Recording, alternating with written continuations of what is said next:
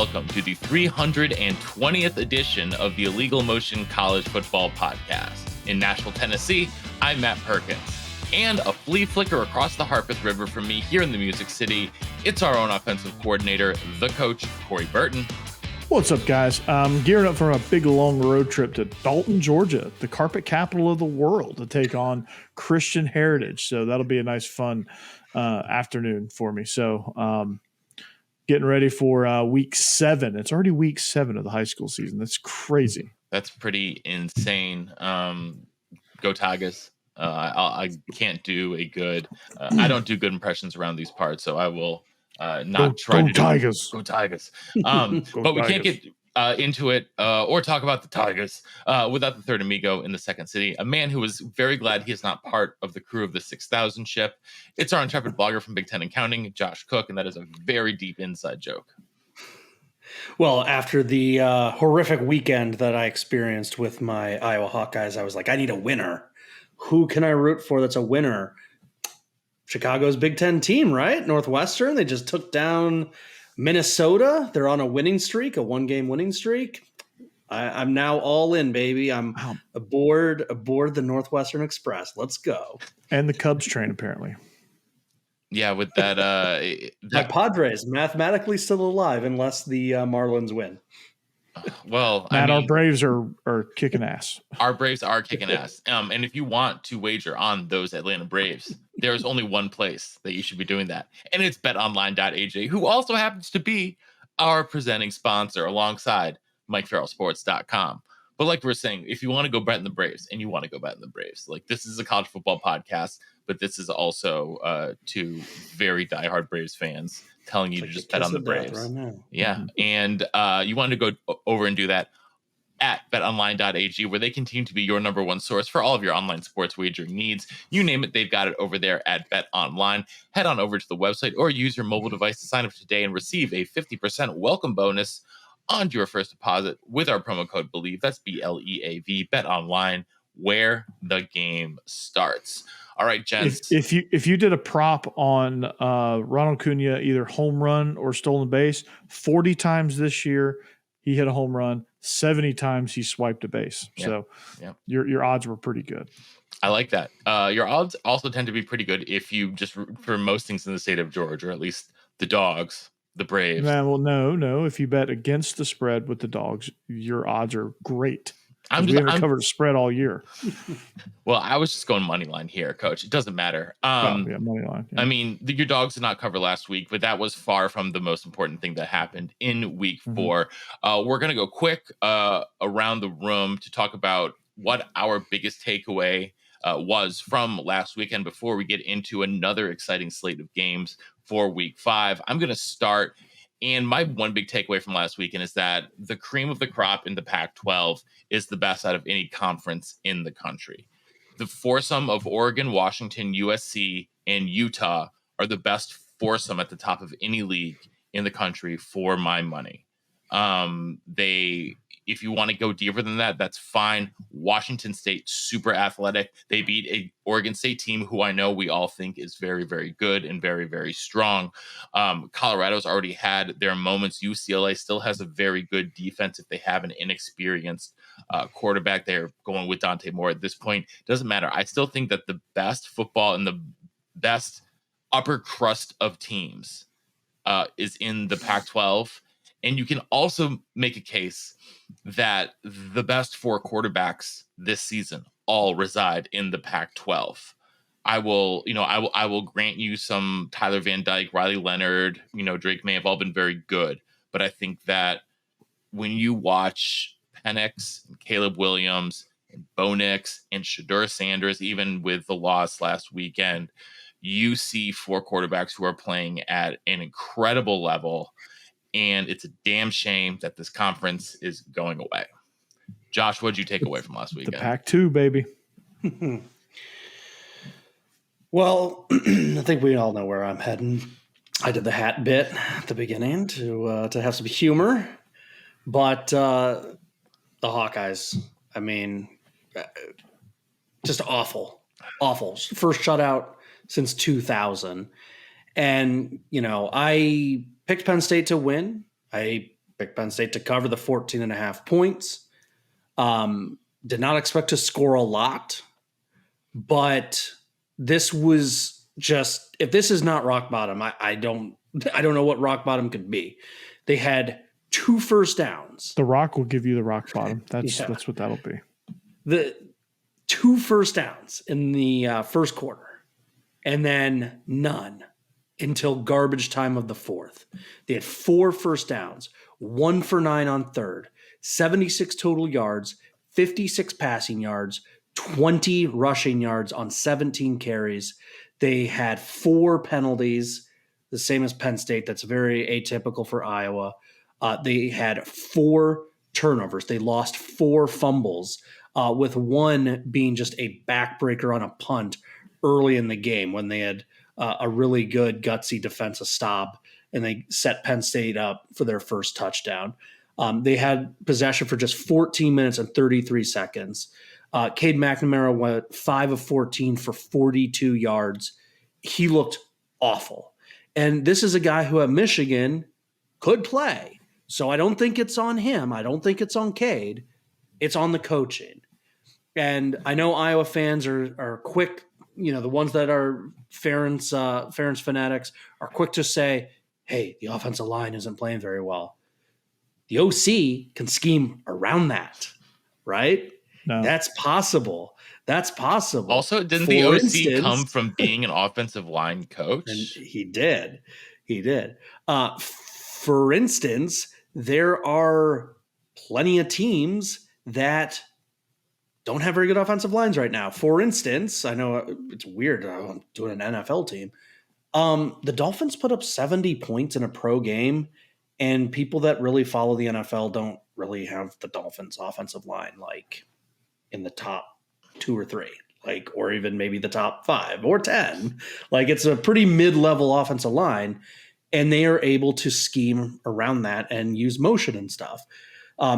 So just completely inept, awful coaching. And the Ferentz family basically is doing a huge middle finger to Iowa and the fan base.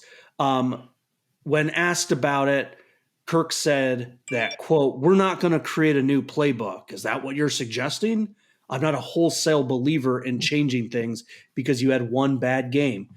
We were effing awful at defense or at offensive last year. We were one of the worst in the entire country. It's not one bad game. It's one bad season followed by one of the sorry, Matt, you're going to have to edit that, offensive performances in 30 years.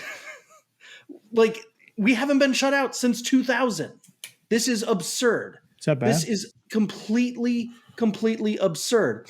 And then Ferentz was asked about how there's only been 35 catches by wide receivers in 4 games. And he's like, oh, well, we want to get the wide receivers involved more.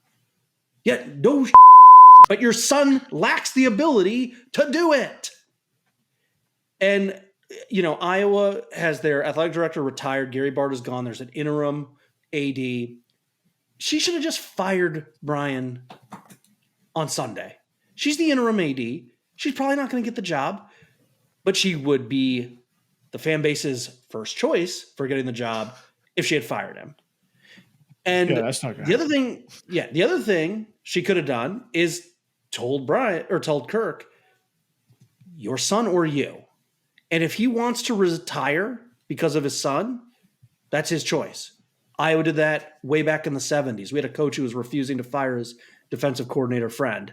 The AD said, yeah, you do have the right to choose your staff. I have the right to choose you. Fired him. This is unacceptable. And what's just insane is Kirk's keeping him around thinking he'll get to be a part of the next regime. No, he ain't. He ain't going to become the next Iowa head football coach. And the next staff is just going to fire him the second they can. Kirk is thinking he's untouchable.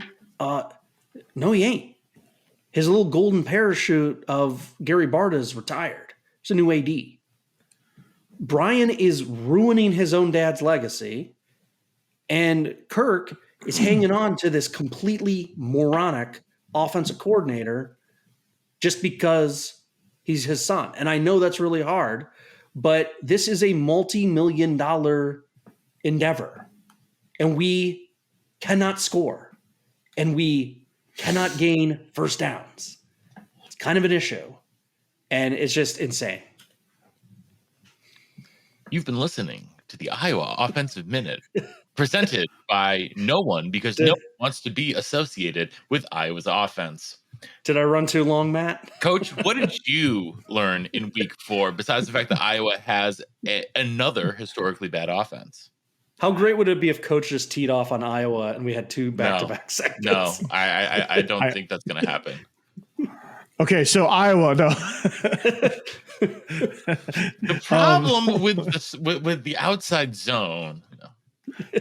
So the outside zone is a very good play, but when you call it over and over again out of predictable formations, it's not quite as effective. No, okay.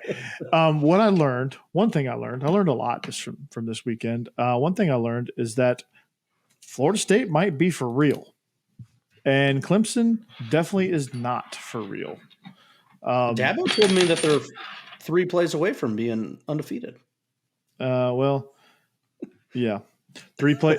So there was more than 3 plays in that Duke blowout, just so you know. I got so excited I dropped an Allen wrench. So Jordan Travis, man, they got off to a slow start. They didn't play. So they won in a hostile environment, didn't play their best without their starting left tackle. And I thought they looked as good as anybody in the country. I mean, I was very impressed with what Florida State was able to do in a game that most of the time they probably would have lost, especially with the start they got off to, or the start the Clemson got off to, and usually that would have been a Clemson blowout. But on the other side of that coin, also quick interjectory, Florida State not. Oh, I want to get to that in a second, but Florida State not having kicker problems and Clemson having kicker problems this time. Yeah. That was they had to call the dude off the street, man. He was going to start his job in New York City on Monday, and they said, "Hey, do you want to come kick?" Yep. He's like, "Sure." I feel bad for that kid. Yeah, he should have just taken the job. Yeah, but that's on Dabo. That's poor planning. 2 Knowles won all ACC honors. Kalen DeLoche with a nice strip sack there in overtime to preserve the win was ACC linebacker of the week, and Renardo Green was the co-defensive back of the week for the ACC. I didn't realize that they had positional awards in the ACC. That's how they do it, man. That's how they do it. I also learned that if you poke Nick Saban, he will light you up. Just want to throw that out there. He will light you up. We need to have a bigger conversation about Dabo. Yes, we do. So what's going on there? Like I think is all that NIL talk saying like, hey, I'm going to quit if, NIL becomes a thing, or we don't use the transfer portal, those type of things. Like what? Like that's driving recruits away. Like nobody wants to go there. They're starting to kind of see through him a little bit. Like some things are going south for him. Quickly. I think it's his staff turnover too. I mean, you look at some of the incredible football minds that have left. Obviously, the biggest is Brent Venables, and Oklahoma's looks pretty dang good here to start the season. So, and I know, obviously, his coaching tree is taking a hit with let's say what happened at Virginia and South Florida and whatnot. But when they were a part of that staff, they were undeniably a very, very good staff. Yeah, they were good. They were good together, and maybe that's something that he's probably going to try to get back together. Get the band back together. If he can, to save his job, I guess. I don't know. He's not on the hot seat, Clemson? No. He's not on the hot seat. But I think that he also puts extra pressure on himself because of the way that he carries himself, and the religiosity and fervor with how he speaks and what he claims to be about. I don't think that I think it also makes him like, because of that stubbornness as well, just makes him a pretty, I don't say an easy target, but like, I mean, he's a target. He's opening himself up to that by, sort of behaving and being so public about it. I think that, Clemson's always been under Swinney pretty diligent, like with the offers they've put out as well. In terms of like, if you're in the recruiting weeds, that like a lot of times if a guy says, "Oh, I got offered by X," that doesn't mean that that's a committable offer. Right. That doesn't mean that like I can go say, "Hey, today I'm going to sign with you." It's like, no, like we're interested in you. Like we're giving you a rose here on, we want to keep you in contention. We might cut you later, but Clemson is one of the few schools though that is going to be like, if we give you an offer, that means it's committable on the spot every time. Yeah. And so, and that is, Wisconsin used to be like that under Christ, under Alvarez, under Bielema. And there are fewer and fewer schools that do that and handle recruiting that way. And in the portal era, like you have to be more nimble, you have to be more agile, and you have to cast a wider net. Yeah, or you're not going to catch anything. I mean, it's with the transfer portal too, like you have to take advantage of the portal. Maybe not so much to overhaul your roster year in and year out, but like to fill some pieces where maybe you miss in the high school recruiting. Mm-hmm. Yeah, you don't have. He's just not doing that. You don't have to be Deion Sanders in Colorado, but you also would be negligent as a coach and not trying to improve your team as much as possible. He's the other end of the spectrum. Like you got Deion who just grabbed a new team out of the portal, and then you got Dabo who refuses to use the portal at all. And then in the middle, you've got Mike Norvell, who uses the portal to get really good impact players. Keon Coleman, Jared Verse, like guys who are studs. Sparty could use Keon. Who fill in the gaps that, they already have a good quarterback in Jordan Travis. They already have. Yeah, he had a pretty good game. They already have Trey Benson, right? And so... Yeah, Florida State's stacked, dude. They are stacked. They're really, really good. In a year where there's no true number one team, and I know what you're going to say. Well, Georgia's just there by default right now. I was going to say, actually, what would Washington need to do to? Because I think just eye test wise, Washington. If you had to put 4 teams in the CFP today, who would be your 4 teams? Because I'll tell you who mine are. Like mine I'm gonna say Georgia, Florida State, Alabama, and Ole Miss. No, Washington and Michigan probably, or Penn State maybe. No, it's Penn State. It's absolutely Penn State for me. In my seedings would probably I would probably have Florida State 1, Penn State 2, Georgia 3, Washington 4. Just based on what I've seen on the field this year. I still think Georgia has the most talent. I think everyone thinks that Georgia has the most talent. Georgia's got a lot of guys out right now. But yeah, they're missing guys. So we don't really know what Georgia's like because we don't have all the pieces. But I think Penn State's great. Like I picked them, I picked them as I finally took them this year and took the big swing and said they're going to win the division. So I'm feeling pretty good about that right now. I love the direction of that team. So yeah, Josh, who's your final 4? Iowa, Georgia, Northwestern, Rutgers, definitely, yeah. No, I think and Boston. I think Georgia and Washington Virginia just Tech. Washington's passed the eye test completely so far, and they're physical. And Georgia. I mean, and until we see something other than that, like you gotta have Georgia in there to be the man. You gotta beat the man. Yeah. Michigan has just been truly suffocating on defense right now. They are, they're pretty loaded, and I'm kind of curious about the Big 12. I'm really excited for that Texas-Kansas game. Yep. I've seen bits and pieces of Texas so far, but my loyalty to David Beatty, I got to watch the whole Kansas game. Texas came out the gate strong, man. They went to Tuscaloosa and won. So you got to give them credit where credit's due, Yeah. All right. Well, in that case, let's move on to what we are interested in. What I have deemed, I guess, are the 5 biggest games for the weekend. We will start on Friday night. The weekend kicks off with a bang in Corvallis.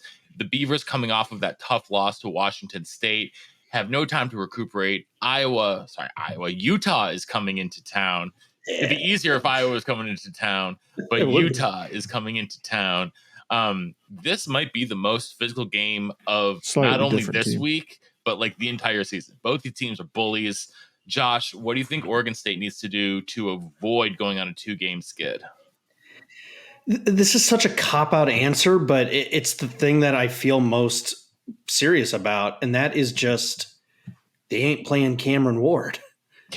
Cam Ward had over 400 passing yards.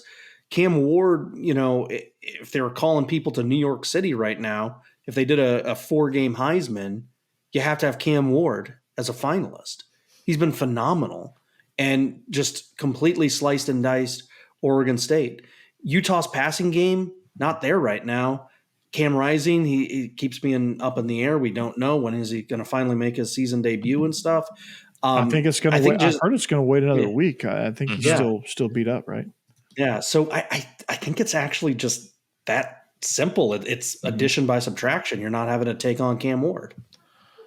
Yeah, Coach. I think the one other thing I would add to that is that like they limit the turnovers in this one, and I really like their chances. I feel like Utah's defense feasts. Like they had half the points they scored against UCLA were defensive points. On pick six, first play of the game, right?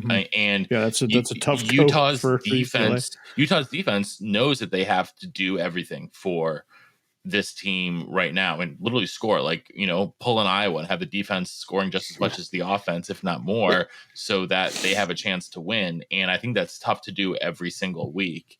And speaking of, go ahead, Josh. I was just going to say, speaking about the Utah pick six, they had one earlier in the season, but the UCLA one reminded me of this great stat. Do you know how many years in a row Utah has had at least one pick six on the season?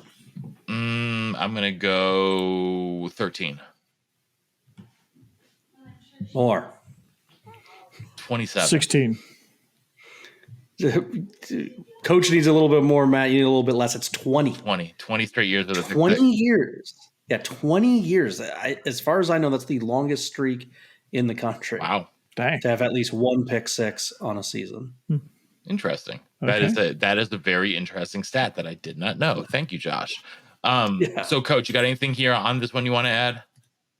No, I mean, I think you guys pretty much covered. I mean, Utah's defense is going to have to make up for backup quarterback, the backup quarterback duo, I guess you should say, for one more week and hopefully get some things out of the run game and just kind of out physical Washington State and just kind of win an ugly one. Yeah. Okay, let's go to the ACC, quasi-ACC, I should say. The Golden Domers from Notre Dame in the marquee game of the week for the second week in a row. Coach, my question for you is it weird that I think that the Blue Devils offense will actually have more success than the Buckeyes did last week? I mean, Notre Dame only gave up 17 points, but I have a strong feeling in my loins that Riley Leonard has a much better chance of succeeding against Notre Dame than Kyle McCord did. Am I completely out of my mind? No, you're not, because Duke it's a better operation with what Duke's got going on. Because at Ohio State they have a bunch of new pieces. Kyle McCord's a new starter. Ryan Day's still trying to get used to having him. The only real piece that they have is Marvin Harrison Jr. So it's not ridiculous to think that a veteran-laden offense is going to have more success against a similar opponent. I mean, Riley Leonard is probably at worst number 3 quarterback in the country behind Caleb Williams and Drake May. I mean, that dude is special, man. He's just some of the things he can do, the things he adds in the run game, just the decisions he makes. When they go tempo a little bit, he really just kind of commands things out there, and he has a way better feel for the game than Kyle McCord probably ever will. Yeah, plus a road game for Ohio State, never easy going into touchdown Jesus there in South Bend. Yeah, especially at night. But yeah, I'm looking at Duke's schedule versus Notre Dame's schedule, and it's like, so Notre Dame obviously had the big game with Ohio State, but Navy has not looked terribly good this year. Tennessee State down the FCS ranks. A road trip to NC State where, Notre Dame played pretty well in that one. And then Central Michigan. But like Duke, taking on Clemson, who, we're kind of fired up on. They're still Clemson, man. Yeah, I mean, like it's still. We're down on them, but they're still going to go to a bowl. They're still probably going to win 8-9 games. Like it's nothing. They're just not the Clemson that's always making the playoffs and a lock to when they succeed. Like that's what we're saying. Yeah, and then they had an FCS team, and then Northwestern and Connecticut. So Notre Dame is more tested by a little bit, right? Like the NC State game and the Ohio State game are good. But like we're talking about, slightly better. This is not a Duke team that's like 4-0 because they loaded up on cupcakes. Like, they've had a major conference game with Clemson. They've played another Power 5 team with Northwestern. Northwestern, hasn't been great, but they just took down Minnesota. Like this Duke team's for real. They're killing these teams, right? And I just don't think people really are realizing that this Duke team is that good. And, they're getting game day. They're going to be fired up for it. People don't want to believe that this Duke team is really good because Duke's hasn't been really that good. Besides a little blip with David Cutcliffe there. Also, like, hey, they were good in the 40s. They were good under Spurrier. Everyone's saying that like Mike Elko should take the Michigan State job. Just stop. Stop. Don't do that. Like that tells me you haven't thought like for more than like a nanosecond about it whatsoever. Moving on. Yeah, I mean, well, Michigan State is like, I mean, that's a festering hole. I don't know why any up and coming coach would want to take that job. I really think that they might have to look for kind of a retread to see them through a year or two. In terms of like get them, they need somebody to get them stabilized is what they need. Yeah, because they're spiraling down the freaking toilet right now. Yeah, in terms of where's Mike Elko going to go? I don't think he's going to go anywhere. He might stay his butt right at Duke. Why not? Yeah, he's building something nice at Duke. People say, well, he's got those Texas A&M ties. He was a defensive coordinator there a few years ago, like for a few years. It's not like he went to Texas A&M. It's not like he's a Texas A&M lifer. If anything, you look at his history, he's a Jersey boy who played at Penn, who then got his coaching start at Stony Brook, spent some time at the Merchant Marine. So you think he's going to Merchant Marines? He spent some time at Wake. I'm saying he seems like he might kind of have a little chip on his shoulder. He was also at Bowling Green. He was at Bowling Green and Wake. Who was he with? Mr. Clausen, who seems to really enjoy being over there at Wake. I think there's a better than what people seem to realize chance. People are saying it's like a 0% chance. They haven't gone. They haven't gone like next week. And it's like, maybe he will. Maybe he will bolt at the end of the season. Well, if the right opportunity comes, he could, and I wouldn't blame him. But I don't think he's just going to take something just to take something. I think he's got a good thing going at Duke, also, and I think Duke is taking care of him. He, like Josh has said, like it's certainly not for Michigan State. He could be, Dave Clausen 2.0 right there. You don't have all the pressure every single year, and also, UNC students refer to Duke as the State University of New Jersey to begin with. So, it's a perfect match for a Jersey boy to be at Duke. Yeah. So let's move to another program people are talking. To change Shasheskyville to Elkoville. The Elko land, Elko City. Elkoton. Yeah. Elkoton. No, Elko City is good. That's Elko a good City. One. Elko City. Yeah, I like that. All right. USC, Colorado. The Buffs were finally exposed last week. They got shellacked by Oregon. Josh, the reason I have this game in here is not because I think that it's going to be like a super competitive game, but A, it's what everyone is talking about, and B, like, just are there any reasons to believe that we won't see a repeat again of Colorado, Oregon, just put USC in Oregon's place? Like, is Caleb Williams and the Trojans offense just going to, like, swamp the field with them? This take brought to you by Charmin Ultra Soft. Yeah. Wow. I mean, burn. Talking about USC. I was very curious about what Colorado would look like against Oregon. So I watched a lot of that first half. And what it told me was Colorado is improved. They won one game last year. So they are improved. But the gap between them and Oregon is gargantuan. And the gap between Oregon and USC, if there is one, is minuscule. So USC is up there at Oregon's level. Oregon has probably a better defense.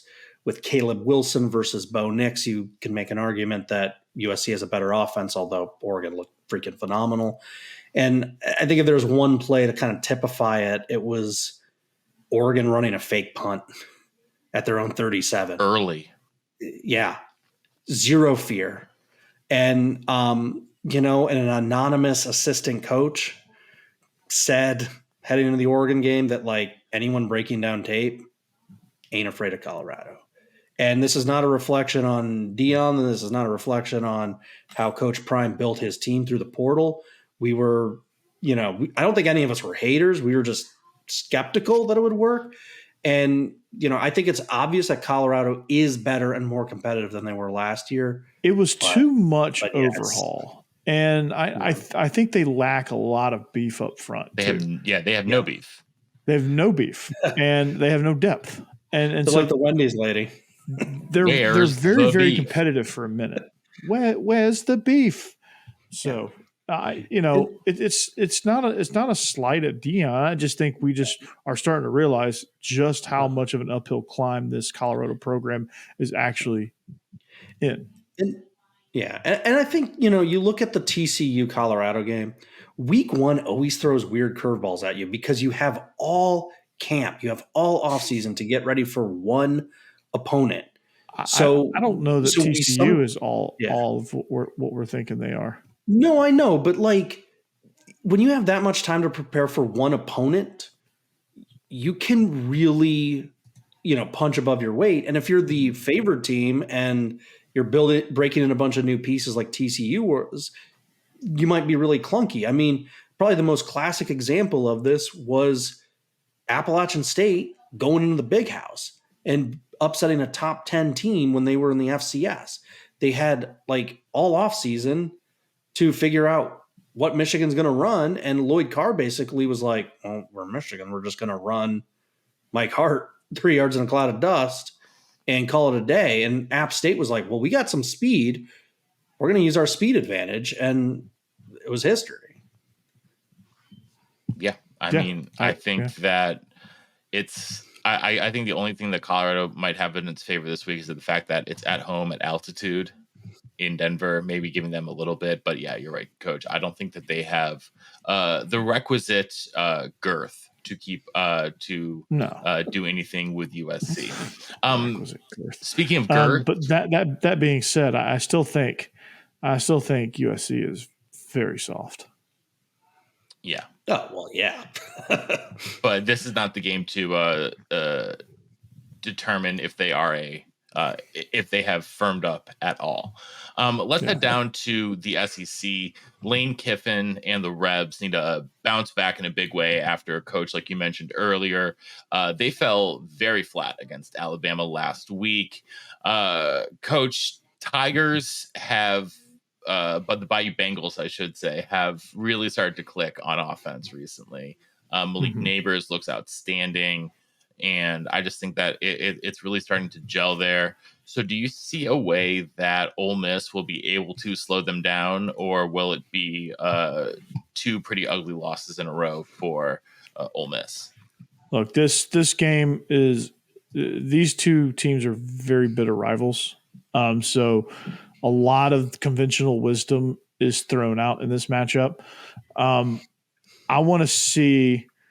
I'll be interested to see if it was just a really bad Mississippi State team that LSU jumped all over, or if they're actually kind of hitting on all cylinders, or if it's kind of a combination of they're hitting on all cylinders and took advantage of opportunity of a weak team.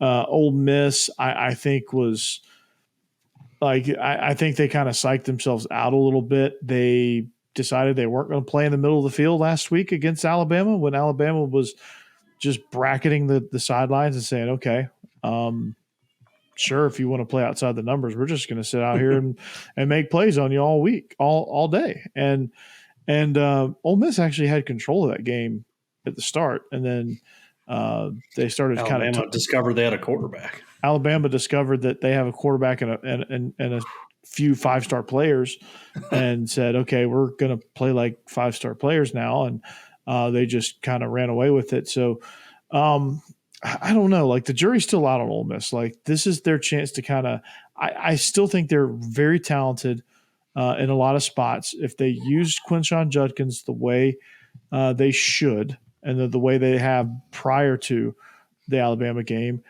I think this will be a competitive matchup between two good teams. But if they come out like they did last week, which was a weird game plan in and of itself, this could be a very, very ugly loss. So it's like, which Lane Kiffin's going to show up? Is it going to be the super focused one that wants to bear down and win a meaningful game, or is this one that's just all he's interested in is the Twitter spot or the X spotlight or the Instagram spotlight and just trolling Brian Kelly? Like, which Lane Kiffin are we going to get? Yeah, I mean the Bama Ole Miss game. I watched a fair amount of that. There, when it was on, there was a little bit of a lull in some of the Big Ten stuff, and I was like, all right, well, Alabama already lost once at home. What can Ole Miss do? And I saw Bama's defense just gobble them up. They had 5 sacks, 10 tackles for loss. LSU's as good up front as Alabama is, so that doesn't bode well. And then I'm serious. This Jalen Milroe kid, I know he really struggled at the start of the year, and then he sat out. They just don't know how to use that South Florida game. Tommy Reese doesn't know how to use him. I know. I think it's becoming more of a Tommy Reese thing because that Milroe touchdown pass. If you haven't watched this third quarter touchdown pass, he is getting blown up on it. He can't hardly step into the throw and just threw it on a rope. And it was like, holy smokes.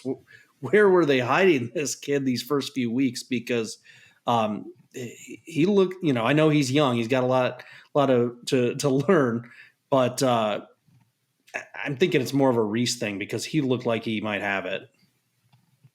Yeah, it's got to be. Like it absolutely has to be because the play calling all of a sudden got a lot better in the second half. They finally said, "Okay, Milroe." I think we discovered. Paul, we got this Yankee from Indiana calling the plays. They don't know what they're doing. First time, long time. I'll take it off the air, Paul. Hey, Paul, first time, long time, Alabama. They finally discovered the forward pass. They finally figured out that Jalen Milroe play quarterback. I'll take a call off there, Paul. This is the first time Alabama had a good quarterback. Name one other Alabama quarterback. Nick Saban era. We finally have one. Long time, first time. I'll take it off the air, Paul. Long time caller, first time listener. Well, if you are a first time listener here, first of all, thank you for joining us. It's always weird here at Illegal Motion. If you're a long time though, you know how much we love the Kansas Jayhawks, and we love having a. Go ahead. Well, I got a quick question. We were just doing some impressions. We occasionally like to do impressions. Yeah. Coach, by any chance, can you do a Ryan Day impersonation? Because we have a brewing Ryan Day Lou Holtz rivalry. Yeah. So all right. This is not tough enough. Ohio State's not tough enough. They're not tough. They're not very physical up front. He doesn't want to talk about Michigan. Where's Lou Holtz? Where's Lou Holtz? I want to have a word with him. He told us our team wasn't tough. These boys from Ohio, they're tough. We got to work on that. I'm the one who really should have. You got to grow a beard and then dye it. Well, I was gonna say I'm the one who should have Keep the dress Ryan for- Day impersonation as the only other person who graduated from high school in New Hampshire, a la Ryan Day. Two coaches who I do not think Southern voice is gonna quite do it. Yeah, two coaches did not come from the state of New Hampshire. Lance Leipold, Steve Sarkisian. Jayhawks and Longhorns are facing off in what I think Josh is probably most excited about this weekend in terms of games. I heard they're bringing the track back at Kansas. Well, that wouldn't do them very much good considering the game's in Austin this weekend. Tracks are portable. They're bringing it with. They're loaded it up in the truck. They're bringing it in the truck. Bevo's going to be standing in lane 8. Yeah. And 7-6-5-4 as well. He is not a small couch, ladies and gentlemen. That's a lane violation. Also, not sure how good he is at handing the baton off. Jayhawks, Longhorns, 2 of the remaining 3 undefeated teams in the Big 12, along with that aforementioned Oklahoma team who has played nobody, even though they Oklahoma's statistics are gaudy, but they're the teams they've played are bashful. So they're supposed to play Georgia. Yeah, they chickened out of that one. So well, no, I think the league told them they can't. The league nixed that one. They didn't chicken stupid. out. No, it's stupid. As much as I like to pile on Oklahoma, I love piling here. I do too. It's one of my favorite pastimes. But in this case, I can't because here's the deal. Defending the SEC already. I know, right? Here's the deal. Like with that one, the SEC actually ruined that game for us because the contract had the second leg of this home and home when they would already be in the conference. So, well, then they should have just made this a neutral site game. They couldn't agree. It's so stupid. Petty. They couldn't agree. It's freaking petty. You know what? It's they couldn't agree. It's petty. Yep. Go ahead and play Central Arkansas again. That's really good for really good for everybody. And we'll go play Ball State. Yeah. Why not? Why not? Yeah. Okay. I'm done. I'm done whinging about that. This game should determine who is in the driver's seat moving forward for the Big 12 alongside of Oklahoma. Josh, you are not only our biggest Kansas guru, but also our number 1 Texas hater. So, oh my goodness, tell me why Lance Leipold and them boys will bring out the W in Austin. Oh, well, I mean, look no further than Texas's next game. It's the Red River Shootout. They're going to be looking past Kansas, little old Kansas. They're getting all excited for the rivalry game, going to the state fair, eating some corn dogs, getting some funnel cake. Deep fried Oreos. Yeah, they're going to lose sight of it. Little old Kansas, in they come. No, in all reality, Kansas, they're coming off a really nice season. We think Kansas is going to be improved. Kansas is 4-0. This game means nothing to Kansas's overall trajectory of what they are trying to build there. They can play with house money. Jalen Daniels can just let it rip there for Kansas. And, for Texas's perspective, Texas is cruising. So Texas should win. Texas probably will win. I know I'm the biggest Texas critic and I love Kansas, but just in terms of reality of it, Kansas is building. They're building something, but they're just not quite there yet. And I think you saw that a little bit with their struggles against BYU. Nevada's terrible. Kansas only beat them by 7. Kansas is a solid team. They're going bowling for sure. They very well could win every game other than this Texas and Oklahoma game with how some of the Big 12 teams have looked. So they're going to have a really special season. I just think Texas has everything clicking. And as much as I like to critique them, I mean, we talked about Penix's play. We talked about Cam Ward's play. Quinn Ewers has been phenomenal as well. Mm-hmm. Coach, one thing that I like about Kansas in this game, though, obviously you got to keep that Texas offense off the field. How do you do that? You hold on to the ball and you convert your third downs. Kansas, number 1 in the country, converting more than 60% of their third downs.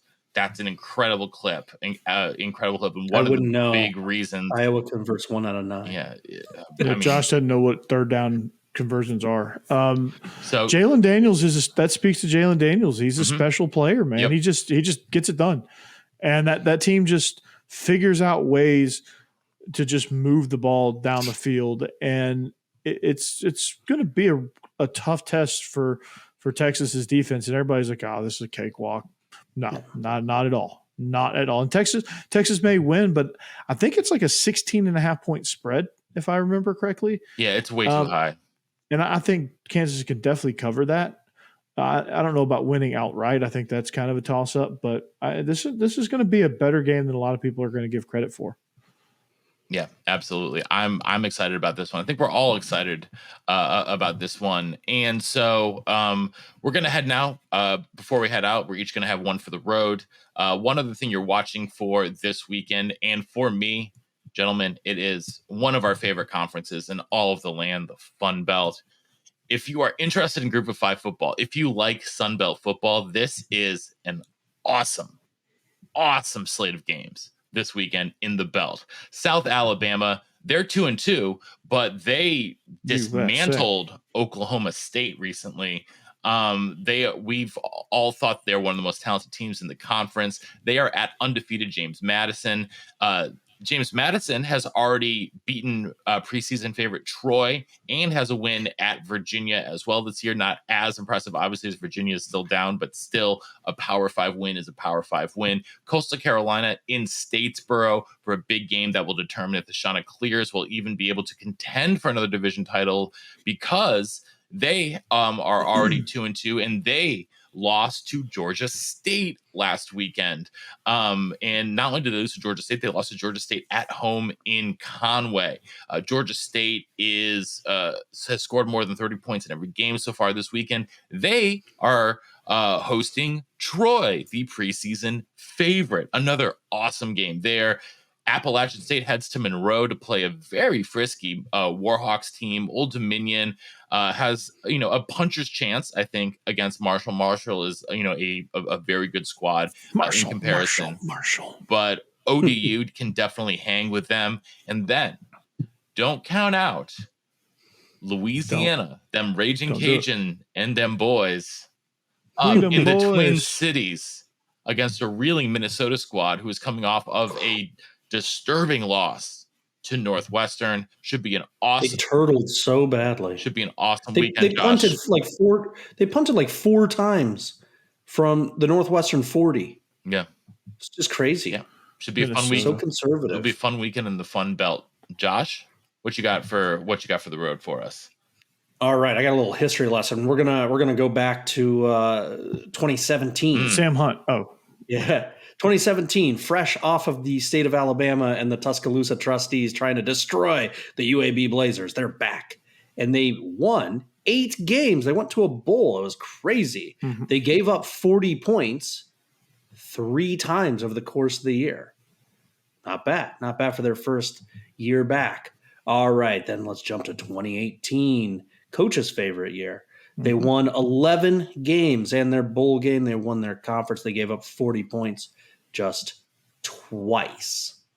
Then we jump to 2019, very similar results. Another bowl, 9 wins. How many times did they give up? 40. Can I interest you in just one time giving up 40 points? All right, 2020, COVID year. They went 6-3. They gave up 40, Not a single time did an opponent hit 40 points.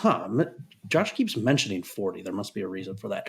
2021, they won 9 games again. They upset 13th ranked BYU in their bowl game. They gave up 40 points just once to coach's dogs. Georgia put 56 on them. And then 2022, just last year, a year ago, they won their bowl game. They went 7-6. They gave up 40 just twice. Once to LSU, pretty good team, and once in double overtime did the opponent get up to 40. All right, that means that this year's coming up. So why am I mentioning? Well, they gave up 40 last week. Yeah. Why am I mentioning 40? They are 1-3, gentlemen. And in all 3 losses, they've given up 40 points. Is it already time to declare Trent Dilfer the worst coaching hire of this season? Because UAB was not this bad. He has taken a team that went to a bowl game every year, but the COVID year, every year they've been going to a bowl game, and they seldom give up 40 plus points to they're straight dogs. This team's terrible. And, Dilfer, no coaching experience. What does it mean? I don't know. He did really the Elite 11. Yeah, it's really early to bury a guy. But first 4 games as an impression, not pretty. No, I mean, I obviously I watched the Georgia UAB game, so I got an idea of kind of what Dilfer brought to the table.